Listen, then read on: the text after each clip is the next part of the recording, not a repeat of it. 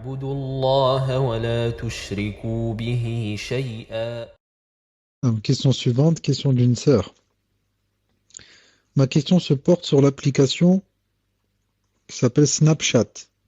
C'est une application semblable à Viber et WhatsApp, avec laquelle on envoie seulement des photos et des vidéos de quelques secondes à nos contacts pour partager nos moments de la journée, aux contacts téléphoniques.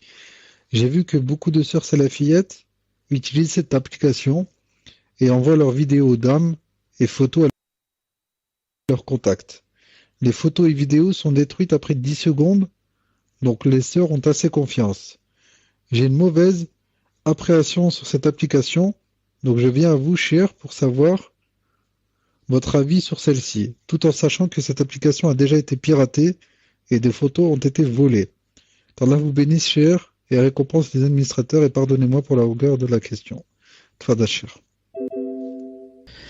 Moi, personnellement, je ne connais pas cette application et j'en ai jamais entendu parler. J'en ai jamais entendu parler. Mais je dis, que ça soit un homme ou une femme, un frère ou une sœur, il faut éviter au maximum d'envoyer des photos et les vidéos. Surtout, les sœurs. Non, même à une sœur, et elle peut être pirate. Je disais que dans tous les cas, qu'on soit frère ou sœur, il faut faire le maximum pour ne pas se photographier et le grand maximum pour ne pas envoyer de photos et de vidéos. Surtout, yani, si on est une sœur, car il n'y a aucune preuve que ma photo ne va pas être, yani, comment dirais-je, piratée. Non, il n'y a aucune preuve. Il y a tout maintenant. Maintenant, moi, je suis en train de vous faire le cours. Peut-être que à la NASA ou quelque part aux États-Unis, ils sont en train de me voir. Non. Donc, il ne faut jamais faire confiance. Celle qui a peur d'Allah subhanahu wa ta'ala n'envoie jamais sa photo. Non. Elle a peur que demain, elle se trouve sur un site internet et on va quoi? On va seulement mettre sa photo.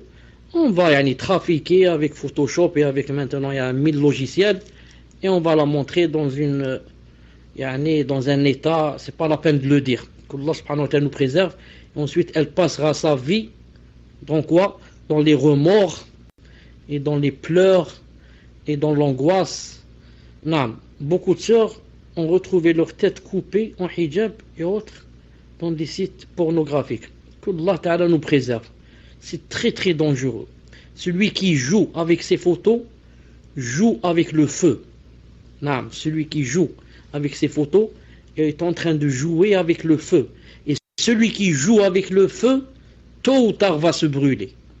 Celui qui joue avec le feu, aujourd'hui il ne se brûle pas, demain il ne se brûle pas, après-demain il va se brûler.